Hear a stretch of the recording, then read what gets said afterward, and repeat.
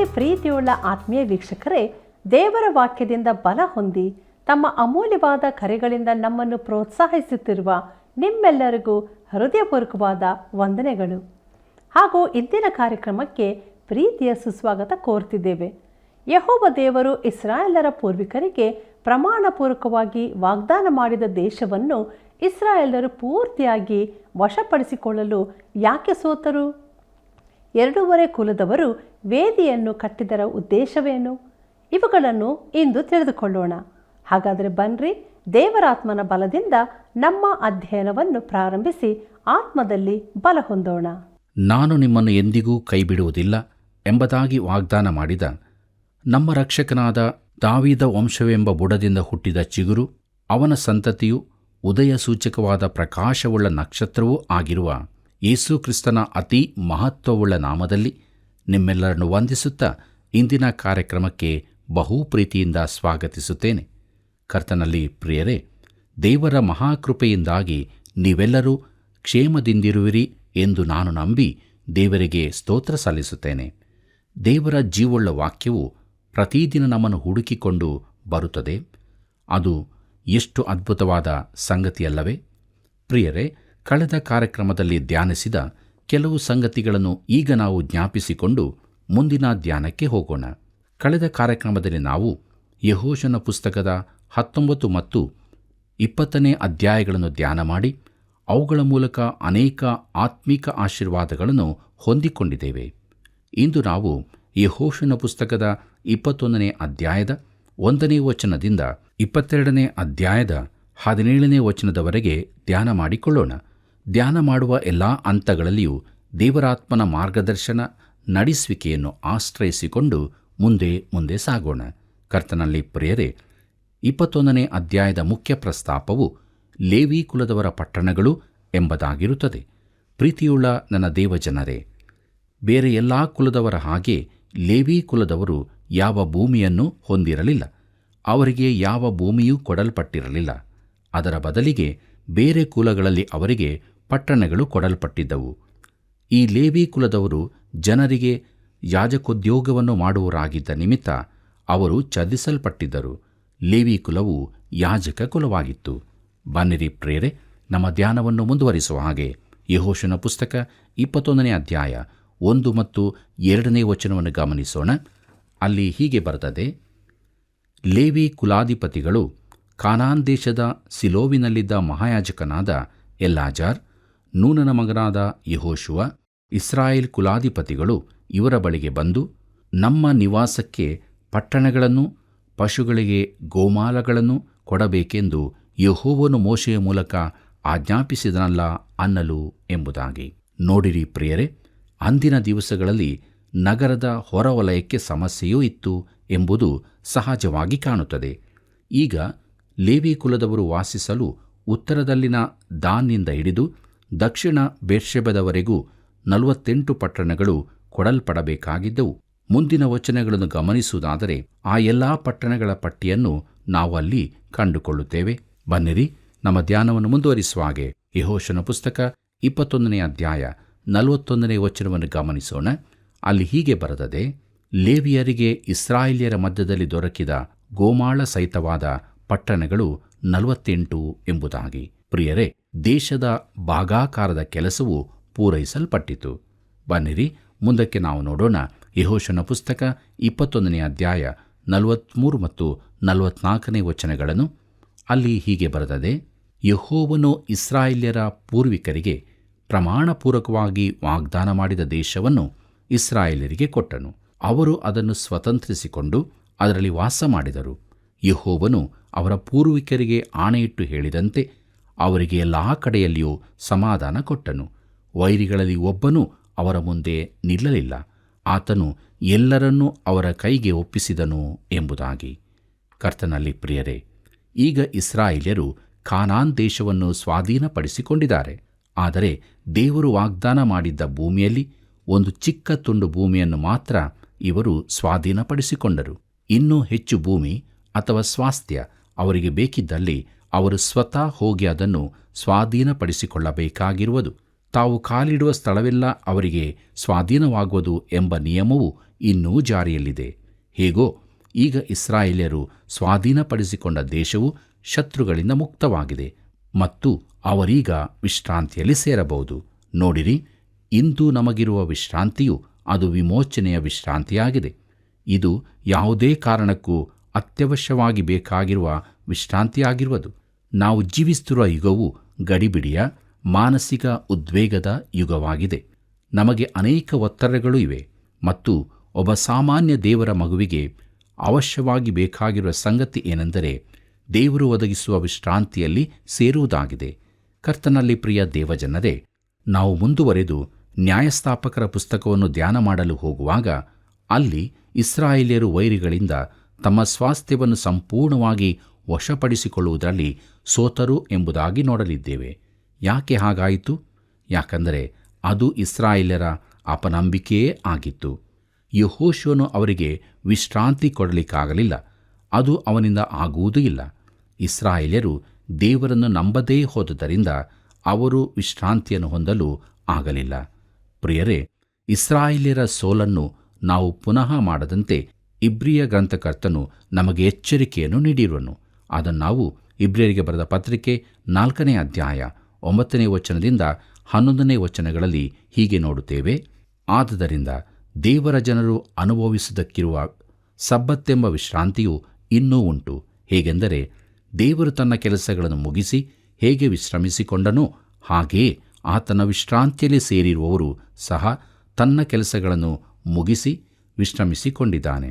ಆದುದರಿಂದ ನಾವು ಆ ವಿಶ್ರಾಂತಿಯಲ್ಲಿ ಸೇರುವುದಕ್ಕೆ ಪ್ರಯಾಸಪಡೋಣ. ನಮ್ಮಲ್ಲಿ ಒಬ್ಬರಾದರೂ ಅವರ ಅವಿಧೇಯತ್ವವನ್ನು ಅನುಸರಿಸುವರಾಗಿರಬಾರದು ಎಂಬುದು. ಪ್ರಿಯರೇ, ಎಂಥ ಅದ್ಭುತವಾದ ವಾಕ್ಯ ಭಾಗವಲ್ಲವೇ? ಹೀಗಿರುವಲ್ಲಿ ಹೇಗೆ ನಾವು ಆ ವಿಶ್ರಾಂತಿಯನ್ನು ಸೇರಬಹುದು? ಅದಕ್ಕೆ ಒಂದೇ ಒಂದು ಮಾರ್ಗ, ಆ ಮಾರ್ಗ ನಂಬಿಕೆಯಿಂದಲೇ ಎಂಬುದಾಗಿ. ಕರ್ತನಲ್ಲಿ ಪ್ರೀತಿಯುಳ್ಳ ದೇವಜನರೇ, ದಯಮಾಡಿ ಗಮನಿಸಿರಿ. ಯೇಸು ಕ್ರಿಸ್ತನು ಈ ಭೂಮಿಯ ಮೇಲೆ ವಾಸಿಸಿದಾಗ ಇಸ್ರಾಯೇಲ್ಯರು ಆತನನ್ನು ಅರಸನೆಂದು ಸ್ವೀಕರಿಸಲು ನಿರಾಕರಿಸಿದರು ಮತ್ತು ಆತನು ಅವರ ಪಟ್ಟಣಗಳನ್ನು ನಿರಾಕರಿಸಿದನು. ಆತನು ಒಂದು ವೈಯಕ್ತಿಕವಾದ ಆಹ್ವಾನವನ್ನು ನೀಡಿದನು ಮತ್ತು ಅದು ಇಂದೂ ಜಾರಿಯಲ್ಲಿರುತ್ತದೆ. ಆ ಆಹ್ವಾನ ಯಾವುದೆಂದರೆ, ಎಲೈ ಕಷ್ಟಪಡುವವರೇ, ಹೊರೆ ಹೊತ್ತವರೇ, ನೀವೆಲ್ಲರೂ ನನ್ನ ಬಳಿಗೆ ಬನ್ನಿರಿ, ನಾನು ನಿಮಗೆ ವಿಶ್ರಾಂತಿ ಕೊಡುವೆನು ಎಂಬುದಾಗಿ. ಪ್ರಿಯರೇ, ಈ ವಿಶ್ರಾಂತಿಯೇ ಬಿಡುಗಡೆಯ ಅಥವಾ ವಿಮೋಚನೆಯ ವಿಶ್ರಾಂತಿಯಾಗಿದೆ. ಪ್ರಿಯರೇ, ಈಗ ಇಲ್ಲಿ ಯೆಹೋಶುವನ ಪುಸ್ತಕದ 21ನೇ ಅಧ್ಯಾಯದಲ್ಲಿ ಇಸ್ರಾಯೇಲ್ಯರು ಕಡೆಯ ಪಕ್ಷ ತಾತ್ಕಾಲಿಕವಾದ ವಿಶ್ರಾಂತಿಯಲ್ಲಿ ಸೇರಿದ್ದಾರೆ. ದೇವರು ಒದಗಿಸಿದ ವಿಶ್ರಾಂತಿ ಅದಾಗಿತ್ತು. ದೀರ್ಘಕಾಲದ ಬಳಲಿ ಹೋದ ಅರಣ್ಯ ಯಾತ್ರೆ, ತಮ್ಮ ಸ್ವಾಸ್ಥ್ಯವನ್ನು ವಶಪಡಿಸಿಕೊಳ್ಳಲು ಮಾಡಿದ ಯುದ್ಧಗಳ ನಂತರ ತಮ್ಮದೇ ಆದ ಭೂಮಿಯ ಭಾಗದಲ್ಲಿ ನೆಲೆಸುವುದು ಎಷ್ಟು ಅದ್ಭುತಕರವಾಗಿರಬಹುದಲ್ಲವೇ? ತಮ್ಮ ಭೂಮಿಯನ್ನು ವ್ಯವಸಾಯ ಮಾಡಿ ಅದರ ಬೆಳೆಯನ್ನು ತಿನ್ನುವುದು ಎಷ್ಟು ರೋಮಾಂಚನೀಯವಾಗಿರಬಹುದಲ್ಲವೇ? ದೇವರಿಗೆ ಸ್ತೋತ್ರವಾಗಲಿ. ಬನ್ನಿರಿ ಪ್ರಿಯರೇ, ನಮ್ಮ ಧ್ಯಾನದಲ್ಲಿ ಮುಂದುವರಿದ ನಾವು ಯೆಹೋಶುವನ ಪುಸ್ತಕ 21ನೇ ಅಧ್ಯಾಯ 45ನೇ ವಚನವನ್ನು ಗಮನಿಸೋಣ. ಅಲ್ಲಿ ಹೀಗೆ ಬರೆದದೆ, ಆತನು ಇಸ್ರಾಯೇಲ್ಯರಿಗೆ ಮಾಡಿದ ಅತಿ ಶ್ರೇಷ್ಠ ವಾಗ್ದಾನಗಳಲ್ಲಿ ಒಂದೂ ತಪ್ಪಿ ಹೋಗಲಿಲ್ಲ, ಎಲ್ಲ ನೆರವೇರಿದವು ಎಂಬುದಾಗಿ. ಪ್ರೀತಿಯುಳ್ಳ ದೇವಜನರೇ, ಇಂತಹ ಸುಂದರವಾದ ವಚನದೊಂದಿಗೆ ಈ 21ನೇ ಅಧ್ಯಾಯವು ಮುಕ್ತಾಯಗೊಳ್ಳುತ್ತದೆ. ನನ್ನ ಪ್ರಿಯರೇ, ಅನೇಕ ಒಳ್ಳೆಯ ಸಂಗತಿಗಳಿಗಾಗಿ ಎದುರು ನೋಡುತ್ತಾ ಅವು ನಾವು ಯೋಚಿಸಿದ ಹಾಗೆ ಕೈಗೂಡದೆ ಹೋದಾಗ ನಿರಾಶೆಯಾಗಿ ನಿರೀಕ್ಷೆಯನ್ನೇ ಕಳಕೊಂಡಿದ್ದೇವೆಯಾ? ಇಂದು ನಮ್ಮನ್ನು ನಾವು ಧೈರ್ಯಪಡಿಸಿಕೊಳ್ಳೋಣ. ನಿರೀಕ್ಷೆಯನ್ನು ಬಿಡದೆ ಹಿಡಿದುಕೊಳ್ಳೋಣ. ನಂಬಿಕೆಯನ್ನು ಕಳಕೊಳ್ಳುವುದು ಬೇಡ ಪ್ರಿಯರೇ. ಯಾಕೆಂದರೆ ನಾವು ಸೇವಿಸಿದ ಆರಾಧಿಸುವ ದೇವರು ಕೇವಲ ವಾಗ್ದಾನಗಳನ್ನು ಮಾಡುವ ಆತನಷ್ಟೇ ಅಲ್ಲ, ಆತನು ವಾಗ್ದಾನಗಳು ನೆರವೇರಿಸುವ ಆತನೂ ಆಗಿದ್ದಾನೆ. ನಾವು ನಂಬಿಗಸ್ತರಾಗಿಲ್ಲದೆ ಇರುವಾಗಲೂ ಆತನು ನಂಬಿಗಸ್ತನಾಗಿಯೇ ಇದ್ದಾನೆ. ಇಸ್ರಾಯೇಲ್ಯರು ಗುಣಗುಟ್ಟಿದರು, ಆತನನ್ನು ನಂಬದೇ ಹೋದರು. ಹೀಗಿರುವಾಗಲೂ ಯೆಹೋವನು ತನ್ನ ಹೆಸರಿನ ನಿಮಿತ್ತ ಅವರನ್ನು ವಾಗ್ದಾನದ ದೇಶಕ್ಕೆ ನಡೆಸಿ ಅವರನ್ನು ವಿಶ್ರಾಂತಿಯಲ್ಲಿ ಸೇರಿಸಿದನು. ಯಾಕಂದರೆ ಆತನು ನಂಬಿಗಸ್ತನಾದ ದೇವರಾಗಿದ್ದಾನೆ. ಈ ವಿಷಯವು ನಮ್ಮೆಲ್ಲರನ್ನೂ ಉತ್ತೇಜಿಸಲಿ. ಪ್ರೀತಿಯುಳ್ಳ ದೇವಜನರೇ, ಇಲ್ಲಿಗೆ ಯೆಹೋಶುವನ ಪುಸ್ತಕದ 21ನೇ ಅಧ್ಯಾಯದ ಧ್ಯಾನವು ಮುಕ್ತಾಯವಾಯಿತು. ಇಲ್ಲಿವರೆಗೂ ದೇವರು ತನ್ನ ಆತ್ಮನ ಮೂಲಕ ನಮ್ಮನ್ನು ಮಾರ್ಗದರ್ಶಿಸಿ ಆಶೀರ್ವದಿಸಿದ್ದಾನೆ. ಆತನ ನಾಮಕ್ಕೆ ಮಹಿಮೆಯುಂಟಾಗಲಿ. ಈಗ ನಾವು ಯೆಹೋಶುವನ ಪುಸ್ತಕದ 22ನೇ ಅಧ್ಯಾಯದ ಕಡೆಗೆ ನಮ್ಮ ಗಮನವನ್ನು ಹರಿಸೋಣ. ಪ್ರಿಯರೇ, ಈ 22ನೇ ಅಧ್ಯಾಯದ ಮುಖ್ಯ ಪ್ರಸ್ತಾಪವು 2 ಕುಲದವರು ತಮ್ಮ ಸ್ವಾಸ್ಥ್ಯಕ್ಕೆ ಹಿಂತಿರುಗುವುದು ಮತ್ತು ಸಾಕ್ಷಿಗಾಗಿ ಒಂದು ಯಜ್ಞವೇದಿಯನ್ನು ನಿರ್ಮಿಸಿದ್ದು ಎಂಬುದೇ. ಕರ್ತನಲ್ಲಿ ಪ್ರಿಯರೇ, ನಾವು ಹಿಂದಿನದನ್ನು ಸ್ವಲ್ಪ ಜ್ಞಾಪಿಸಿಕೊಳ್ಳುವುದಾದರೆ, ರೂಬೇನ್ಯರು, ಗಾದ್ಯರು ಮತ್ತು ಮನಸ್ಸೆ ಕುಲದ ಅರ್ಧ ಜನರು ಯೋರ್ದಾನ್ ಹೊಳೆಯನ್ನು ದಾಟಿ ಉಳಿದ ಕುಲದವರೊಂದಿಗೆ ಸ್ವಾಸ್ಥ್ಯವನ್ನು ಹೊಂದಿಕೊಳ್ಳಲಿಲ್ಲ. ಯಾಕಂದರೆ ಅವರು ಯೋರ್ದಾನಿನ ಪೂರ್ವ ದಡದಲ್ಲಿ ವಾಸಿಸಲು ಮೋಶೆಯ ಬಳಿಯಲ್ಲಿ ತಮ್ಮ ಸ್ವಾಸ್ಥ್ಯವನ್ನು ಹೊಂದಿಕೊಂಡರು. ಇದನ್ನು ನಾವು ಅರಣ್ಯಕಾಂಡ ಪುಸ್ತಕ 32ನೇ ಅಧ್ಯಾಯ ಮೊದಲಿನ 5 ವಚನಗಳಲ್ಲಿ ನೋಡಬಹುದು. ಆದರೆ ಉಳಿದ 9 ಕುಲದವರು ಯೋರ್ದಾನನ್ನು ದಾಟಿ ತಮ್ಮ ಸ್ವಾಸ್ಥ್ಯವನ್ನು ವಶಪಡಿಸಿಕೊಳ್ಳುವಲ್ಲಿ ಈ 2 ಕುಲದ ಸೈನ್ಯದವರು ಸಹಾಯ ಮಾಡಿ ಅವರು ಸ್ವಾಸ್ಥ್ಯವನ್ನು ಹೊಂದಿಕೊಂಡ ಮೇಲೆಯೇ ಇವರು, ಅಂದರೆ ಈ 2 ಕುಲದವರು ತಮ್ಮ ಸ್ವಾಸ್ಥ್ಯವನ್ನು ಹೊಂದಿಕೊಳ್ಳಬಹುದಾಗಿತ್ತು. ಪ್ರಿಯರೇ, ಈ 2 ಕುಲದವರು ಹಾಗೆಯೇ ಮಾಡಿದರು. ಯುದ್ಧಗಳನ್ನು ಗೆದ್ದುಕೊಂಡರು. ಈಗ ಅವರು ತಮ್ಮ ಸ್ವಾಸ್ಥ್ಯಕ್ಕೆ ಹಿಂತಿರುಗಲು ಸ್ವತಂತ್ರರಾಗಿದ್ದಾರೆ. ಬನ್ನಿರಿ ಪ್ರಿಯರೇ, ನಮ್ಮ ಧ್ಯಾನವನ್ನು ಮುಂದುವರಿಸುವ ಹಾಗೆ ಯೆಹೋಶುವನ ಪುಸ್ತಕ 22ನೇ ಅಧ್ಯಾಯ ಮೊದಲಿನ 3 ವಚನಗಳನ್ನು ಗಮನಿಸೋಣ. ಅಲ್ಲಿ ಹೀಗೆ ಬರೆದದೆ: ಯೆಹೋಶುವನು ರೂಬೇನ್ಯರನ್ನು, ಗಾದ್ಯರನ್ನು, ಮನಸ್ಸೆ ಕುಲದ ಅರ್ಧ ಜನರನ್ನು ಕರೆಸಿ ಅವರಿಗೆ, ನೀವು ಯೆಹೋವನ ಸೇವಕನಾದ ಮೋಶೆಯು ವಿಧಿಸಿದೆಲ್ಲವನ್ನೂ ಕೈಕೊಂಡಿದ್ದೀರಿ. ನಾನು ಆಜ್ಞಾಪಿಸಿದ್ದನ್ನೂ ನೆರವೇರಿಸಿದಿರಿ. ಈ ಕಾಲವೆಲ್ಲ ನೀವು ನಿಮ್ಮ ಸಹೋದರರನ್ನು ಕೈಬಿಡಲಿಲ್ಲ. ಈವರೆಗೆ ನಿಮ್ಮ ದೇವರಾದ ಯೆಹೋವನ ಆಜ್ಞೆಯನ್ನು ಪಾಲಿಸುತ್ತಾ ಬಂದಿದ್ದೀರಿ ಎಂಬುದಾಗಿ. ಪ್ರಿಯ ದೇವಜನರೇ, 2 ಕುಲದವರು ಇನ್ನೇನೋ ತಮ್ಮ ಸ್ವಾಸ್ಥ್ಯಕ್ಕೆ ಹೊರಡಬೇಕೆನ್ನುವಷ್ಟರಲ್ಲಿ ಯೆಹೋಶುವನು ಅವರನ್ನು ಕರೆದು ಅವರನ್ನು ಪ್ರಶಂಸಿಸುತ್ತಾನೆ. ಅವರು ತಮ್ಮ ಸಹೋದರರಿಗೆ ಉತ್ತಮವಾದ ರೀತಿಯಲ್ಲಿ ಸಹಾಯ ಮಾಡಿದ್ದಾರೆಂದು ಅವರ ಒಳ್ಳೆಯ ಕಾರ್ಯಕ್ಕಾಗಿ ಅವರನ್ನು ಶ್ಲಾಘಿಸುತ್ತಾ ಇದ್ದಾನೆ. ಇದು ಒಬ್ಬ ಉತ್ತಮ ನಾಯಕನ ಗುಣಲಕ್ಷಣವಾಗಿದೆ. ಜನರನ್ನು ಶ್ಲಾಘಿಸಿದ ನಂತರ ಅವರಿಗೆ ಒಂದು ಎಚ್ಚರಿಕೆಯ ಮಾತನ್ನು ಸಹ ಹೇಳುತ್ತಾನೆ. ಅದೇನೆಂದು ಮುಂದಕ್ಕೆ ನಾವು ನೋಡೋಣ. ಬನ್ನಿರಿ, ನಮ್ಮ ಧ್ಯಾನವನ್ನು ಮುಂದುವರಿಸುವ ಹಾಗೆ ಯೆಹೋಶುವನ ಪುಸ್ತಕ 22ನೇ ಅಧ್ಯಾಯ 5ನೇ ವಚನವನ್ನು ಗಮನಿಸೋಣ. ಅಲ್ಲಿ ಹೀಗೆ ಬರೆದದೆ: ಯೆಹೋವನ ಸೇವಕನಾದ ಮೋಶೆಯು ನಿಮಗೆ ಕೊಟ್ಟ ಧರ್ಮೋಪದೇಶ ವಿಧಿಗಳನ್ನು ಜಾಗರೂಕತೆಯಿಂದ ಕೈಕೊಳ್ಳಿರಿ. ಹೀಗಿರಲಾಗಿ ನಿಮ್ಮ ದೇವರಾದ ಯೆಹೋವನನ್ನು ಪ್ರೀತಿಸಿ ಆತನ ಮಾರ್ಗದಲ್ಲೇ ನಡೆದು ಆತನ ಆಜ್ಞೆಗಳನ್ನು ಕೈಕೊಂಡು ಆತನನ್ನೇ ಹೊಂದಿಕೊಂಡು ಪೂರ್ಣ ಮನಸ್ಸಿನಿಂದಲೂ ಪೂರ್ಣ ಪ್ರಾಣದಿಂದಲೂ ಆತನನ್ನು ಸೇವಿಸಿರಿ ಎಂದು ಹೇಳಿ ಅವರನ್ನು ಆಶೀರ್ವದಿಸಿ ಕಳುಹಿಸಿದನು ಎಂಬುದಾಗಿ. ಕರ್ತನಲ್ಲಿ ಪ್ರಿಯರೇ, ಈ 2 ಕುಲದವರು ಯೋರ್ದಾನಿನ ತಪ್ಪಾದ ದಡದಲ್ಲಿ ವಾಸಿಸಲು ಆಯ್ಕೆ ಮಾಡಿಕೊಂಡಿರುವಾಗಲೂ ಅವರು ಇನ್ನೂ ಮೋಶೆಯ ವಿಧಾನವನ್ನು ಹಿಂಬಾಲಿಸಬೇಕೆಂದು ಎಚ್ಚರಿಕೆಯ ಸೂಚನೆಯನ್ನು ಹೊಂದಿದ್ದಾರೆ. ಯೆಹೋಶುವನು ಅವರನ್ನು ತಮ್ಮ ಕರ್ತವ್ಯದ ಕುರಿತು ಎಚ್ಚರಿಸಿದ ನಂತರ ಆಶೀರ್ವಾದದೊಂದಿಗೆ ಅವರನ್ನು ಕಳುಹಿಸಿದನು. ಆ 2 ಕುಲದವರು ತಮ್ಮ ನಿವಾಸಗಳಿಗೆ ಹೋದರು ಎಂದು ಸತ್ಯವೇದವು ನಮಗೆ ತಿಳಿಸುತ್ತದೆ. ಬನ್ನಿರಿ ಪ್ರಿಯರೇ, ನಮ್ಮ ಧ್ಯಾನವನ್ನು ಮುಂದುವರಿಸುವ ಹಾಗೆ ಯೆಹೋಶುವನ ಪುಸ್ತಕ 22ನೇ ಅಧ್ಯಾಯ 10ನೇ ವಚನವನ್ನು ಗಮನಿಸೋಣ. ಅಲ್ಲಿ ಹೀಗೆ ಬರೆದದೆ: ರೂಬೇನ್ಯರು, ಗಾದ್ಯರು, ಮನಸ್ಸೆ ಕುಲದ ಅರ್ಧ ಜನರು ಕಾನಾನ್ ದೇಶದಲ್ಲಿರುವ ಯೋರ್ದಾನ್ ತೀರ ಪ್ರದೇಶಕ್ಕೆ ಬಂದಾಗ ಅಲ್ಲಿ ಒಂದು ಮಹಾವೇದಿಯನ್ನು ಕಟ್ಟಿದರು ಎಂಬುದಾಗಿ. ನೋಡಿರಿ ಪ್ರಿಯರೇ, ಈ 2 ಕುಲದವರು ಸಹಜವಾಗಿ ಕಾಣುವ ರೀತಿಯಲ್ಲಿ ಯೋರ್ದಾನಿನ ಪಶ್ಚಿಮ ದಡದಲ್ಲಿ ಒಂದು ವೇದಿಯನ್ನು ಕಟ್ಟಿದರು. ಈ ವೇದಿಯು ನೋಡುವುದಕ್ಕೋಸ್ಕರ ಆಗಿತ್ತು. ಅದೊಂದು ವಿಚಿತ್ರವಾದ ಶೈಲಿಯಾಗಿತ್ತು. ಅಕ್ಷರಸ ಅದು ನೋಟಕ್ಕಾಗಿ ಶ್ರೇಷ್ಠವಾದ ವೇದಿ ಎಂಬ ಅರ್ಥವನ್ನು ಕೊಡುತ್ತದೆ. ಅಂದರೆ ಇದನ್ನು ಬಹು ದೂರದಿಂದಲೂ ನೋಡಲು ಸಾಧ್ಯವಾಗುತ್ತಿತ್ತು. ಅದು ಒಂದು ಭವ್ಯವಾದ ವಿನ್ಯಾಸವಾಗಿತ್ತು. ಸತ್ಯವೇದ ಪಂಡಿತರು ಈ ವೇದಿಯ ಅವಶೇಷಗಳಿಗಾಗಿ ಯೋರ್ದಾನಿನ ಪೂರ್ವ ಬದಿಯಲ್ಲಿ ಹುಡುಕಾಡಿದರು. ಆದರೆ ಅಂತಿಮವಾಗಿ ಪ್ರಾಚೀನ ವಸ್ತು ಶಾಸ್ತ್ರಜ್ಞನೊಬ್ಬನು ಯೋರ್ದಾನಿನ ಪಶ್ಚಿಮ ದಡದಲ್ಲಿ ಇದನ್ನು ಕಂಡುಹಿಡಿದನು ಮತ್ತು ಈ ದಿನದವರೆಗೂ ಒಂದು ಪ್ರಮುಖವಾದ ಸ್ಥಳದಲ್ಲಿ ನೋಟದಲ್ಲಿ ಶ್ರೇಷ್ಠವಾಗಿರುವ ಈ ವೇದಿಯನ್ನು ಇರಿಸಲಾಗಿದೆ. ಪ್ರಿಯರೇ, ಈ ಸ್ಮಾರಕವನ್ನು ಯಾವುದೋ ಒಂದು ಸಂಗತಿಯನ್ನು ಜ್ಞಾಪಕಪಡಿಸೋಕ್ಕೋಸ್ಕರ ಅವರು ನಿರ್ಮಿಸಿದರು. ಯಾವಾಗ ಉಳಿದ 9 ಕುಲದವರು ಈ ವಿಷಯವನ್ನು ಕೇಳಿದರೋ ಅವರು ಬೇಸರಗೊಂಡು ಸಿಲೋವಿನಲ್ಲಿ ಕೂಡಿಬಂದರು. ಮುಂದಕ್ಕೆ ನೋಡೋಣ. ನಮ್ಮ ಧ್ಯಾನದಲ್ಲಿ ಯೆಹೋಶುವನ ಪುಸ್ತಕ 22ನೇ ಅಧ್ಯಾಯ 12ನೇ ವಚನವನ್ನು. ಅಲ್ಲಿ ಹೀಗೆ ಬರೆದದೆ, ಅವರೆಲ್ಲರೂ ಸಿಲೋವಿನಲ್ಲಿ ಕೂಡಿಬಂದು ಅವರೊಡನೆ ಯುದ್ಧಕ್ಕೆ ಹೊರಡಲು ಸಿದ್ಧರಾದರು ಎಂಬುದಾಗಿ. ಕರ್ತನಲ್ಲಿ ಪ್ರಿಯರೇ, ಇಸ್ರಾಯೇಲಿನ 9 ಕುಲದವರು ಉಳಿದ 2 ಕುಲದವರ ಬಗ್ಗೆ ತಪ್ಪಾಗಿ ತಿಳುಕೊಂಡರು. ಈ 2 ಕುಲದವರು ಯಜ್ಞಗಳನ್ನು ಸಮರ್ಪಿಸಲು ತಮಗೊಂದು ವೇದಿಯನ್ನು ಕಟ್ಟಿಕೊಳ್ಳುತ್ತಿರುವರು ಮತ್ತು ಅದು ದೇಶವನ್ನು ವಿಭಾಗಿಸುವ ಪ್ರಯತ್ನ ಎಂದು ಅವರು ಅಂದುಕೊಂಡರು. ಆದ್ದರಿಂದ ಅವರು ತಮ್ಮ ಸಂಬಂಧಿಕರೊಡನೆ ಯುದ್ಧ ಮಾಡಲು ಸಿದ್ಧರಾದರು. ಬನ್ನಿರಿ ಮುಂದಕ್ಕೆ ನೋಡೋಣ. ನಮ್ಮ ಕಾರ್ಯಕ್ರಮದ ಅಂತ್ಯಭಾಗಕ್ಕೆ ನಾವು ಬಂದಿರುವಾಗ ಕೊನೆಯದಾಗಿ ಯೆಹೋಶುವನ ಪುಸ್ತಕ 22ನೇ ಅಧ್ಯಾಯ 16 ಮತ್ತು 17ನೇ ವಚನಗಳನ್ನು. ಅಲ್ಲಿ ಹೀಗೆ ಬರೆದದೆ, ಯೆಹೋವನ ಸರ್ವ ಸಭೆಯ ಮಾತನ್ನು ಕೇಳಿರಿ. ನೀವು ಇಸ್ರಾಯೇಲ್ ದೇವರಿಗೆ ವಿರುದ್ಧವಾಗಿ ಇಂತಹ ದ್ರೋಹ ಮಾಡಿದ್ದೇಕೆ? ನಿಮಗೋಸ್ಕರ ವೇದಿಯನ್ನು ಕಟ್ಟಿಕೊಂಡದರಿಂದ ನೀವು ಇವತ್ತು ಯೆಹೋವನಿಗೆ ವಿರುದ್ಧವಾಗಿ ತಿರುಗಿ ಬಿದ್ದಂತಲ್ಲವೇ? ನೀವು ಇವತ್ತು ಯೆಹೋವನಿಗೆ ವಿರುದ್ಧವಾಗಿ ತಿರುಗಿ ಬಿದ್ದಂತಾಯಿತು. ನಾವು ಪೇಗೋರದ ಸಂಗತಿಯಲ್ಲಿ ಅಪರಾಧಿಗಳಾದದ್ದು ಸಾಕಾಗಲಿಲ್ಲವೋ? ಅದರ ದೆಸೆಯಿಂದ ಯೆಹೋವನ ಸಭೆಗೆ ವ್ಯಾಧಿ ಬಂದರೂ ಅದು ಇನ್ನೂ ಶುದ್ಧವಾಗಲಿಲ್ಲ ಎಂಬುದಾಗಿ. ಕರ್ತನಲ್ಲಿ ಪ್ರೀತಿಯುಳ್ಳ ದೇವಜನರೇ, ಈ 2 ಕುಲದವರು ಬಾಳ್ ದೇವತೆಗೆ ವೇದಿಯನ್ನು ಕಟ್ಟಿದ್ದಾರೆಂದು ಇಸ್ರಾಯೇಲಿನ 9 ಕುಲದವರು ಆರೋಪಿಸಿದರು.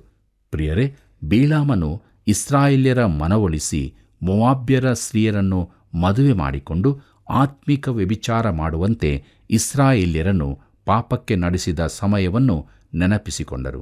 ಆ ಸಮಯದಲ್ಲಿ ದೇವರು ಕಠೋರವಾಗಿ ನ್ಯಾಯ ತೀರ್ಪನ್ನು ಬರಮಾಡಿದ್ದನು ಮತ್ತು ಅದು ಪುನಃ ಸಂಭವಿಸಿಬಿಡುವುದೋ ಎಂಬ ಭಯವನ್ನು ಅವರು ಹೊಂದಿದ್ದರು.